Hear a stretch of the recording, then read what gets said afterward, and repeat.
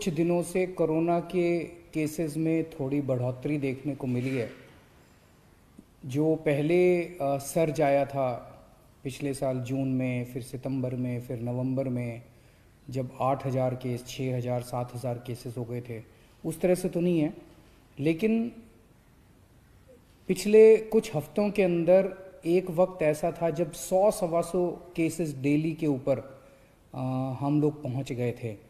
लेकिन पिछले कुछ दिनों में, खासकर पिछले 3 दिन में, थोड़ी बढ़ोतरी ज़्यादा देखने को मिली है और कल 500 से ज़्यादा केसेस देखने को मिले।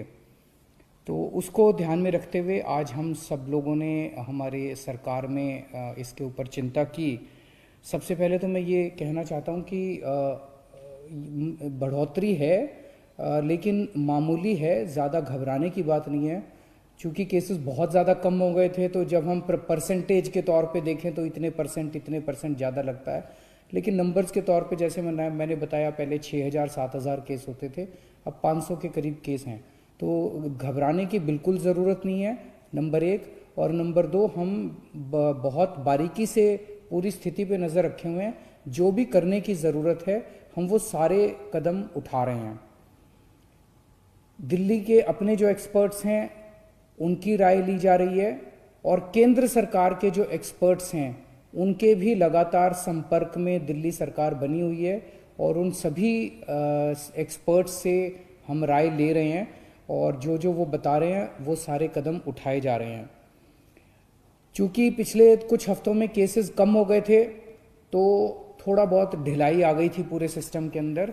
आज सख्त आदेश जारी कर दिए गए कि भाई जो हमारा ट्रैकिंग, ट्रेसिंग, आइसोलेशन वाला जो पूरा सिस्टम था, उसको और सख्ती के साथ हमें लागू करना है।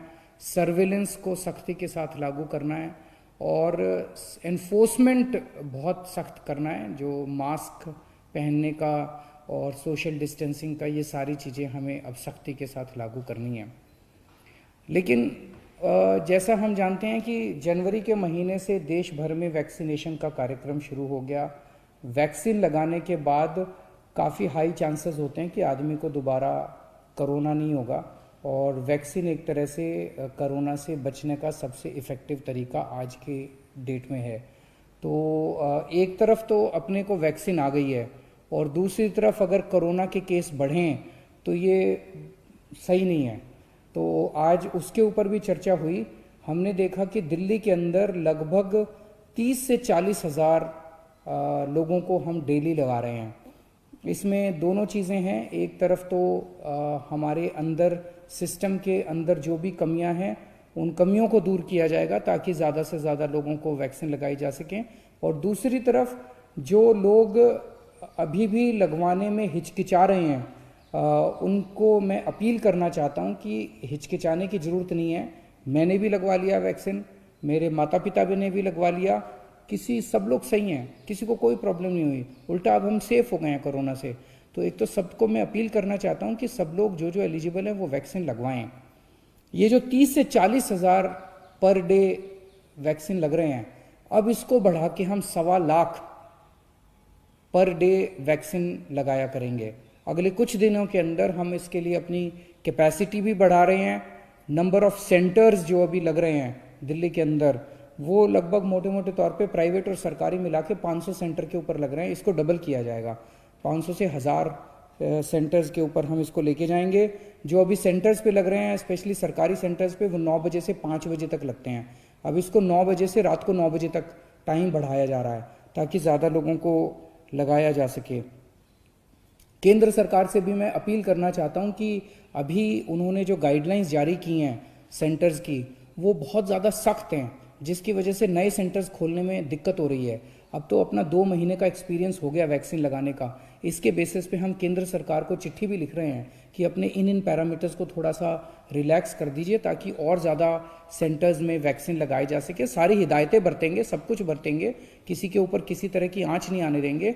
लेकिन जो शुरुआत में वो जो प्रिकॉशंस लिए थे, अब अगर थोड़ा ढील कर दिया जाए तो उसमें नए सेंटर्स खोलने में हम लोगों को मदद मिलेगी। कुछ सेंटर्स ऐसे भी हैं जो कि 24 घंटे चल रहे हैं, 24 घंटे चल रहे हैं, और भी कई सेंटर्स को 24 घंटे चलने के लिए वो करेंगे। हम आज प्लान कर रहे थे कि केंद्र सरकार से पहले मैं अपील करना चाहता हूँ कि अब वक्त आ गया, ये बड़ी दुर्भाग्यपूर्ण होगा कि एक तरफ हमारे देश ने वैक्सीन बनाने में इतनी बड़ी लीड ली है, हमारे डॉक्टर्स ने, हमारे साइंटिस्ट्स ने इतना अच्छा काम किया, और दूसरी तरफ अगर देश के अंदर कोरोना के केस बढ़ गए तो ये तालमेल नहीं खाती बात, ये हजम नहीं होती बात। तो अभी जो इतना स्ट्रिक्ट रिस्ट्रिक्शन किया हुआ है कि 60 साल के ऊपर ही वाले लगाएंगे, 45 साल से ऊपर वो जिनको कोमोर्बिडिटी है, बहुत ज़्यादा वो किया हुआ है, सख्त किया हुआ है कि ये लगा सकता है, ये नहीं लगा सकता, ये केवल ये एलिजिबल है, वो एलिजिबल नहीं है। मेरा उनसे निवेदन है कि अब हमारे देश के अंदर काफ़ी प्रोडक्शन वैक्सीन का बढ़ गया है और अब ये वैक्सीन खोल देनी चाहिए।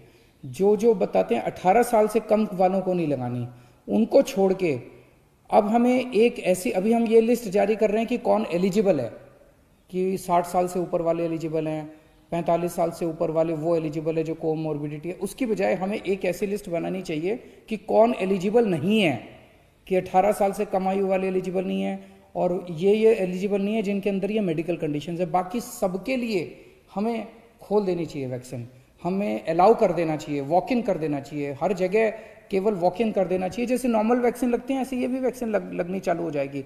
अगर केंद्र सरकार अलाउ कर देती है वैक्सीन लगवाना किस सबको, और अगर हमें वैक्सीन की सफिशिएंट सप्लाई मिल जाती है, तो आज हम लोगों ने प्लान बनाया कि हम 3 महीने के अंदर पूरी दिल्ली को वैक्सीन लगा सकते हैं। तो मेरी केंद्र सरकार से ये भी अपील है कि अब इसको डिसेंट्रलाइज करके ज़्यादा इसके ऊपर कंट्रोल ना रखा जाए और राज्य सरकारों को अपने तरीके से वॉर फुटिंग के ऊपर वैक्सीन लगाने की इजाज़त दी जाए। नमस्कार।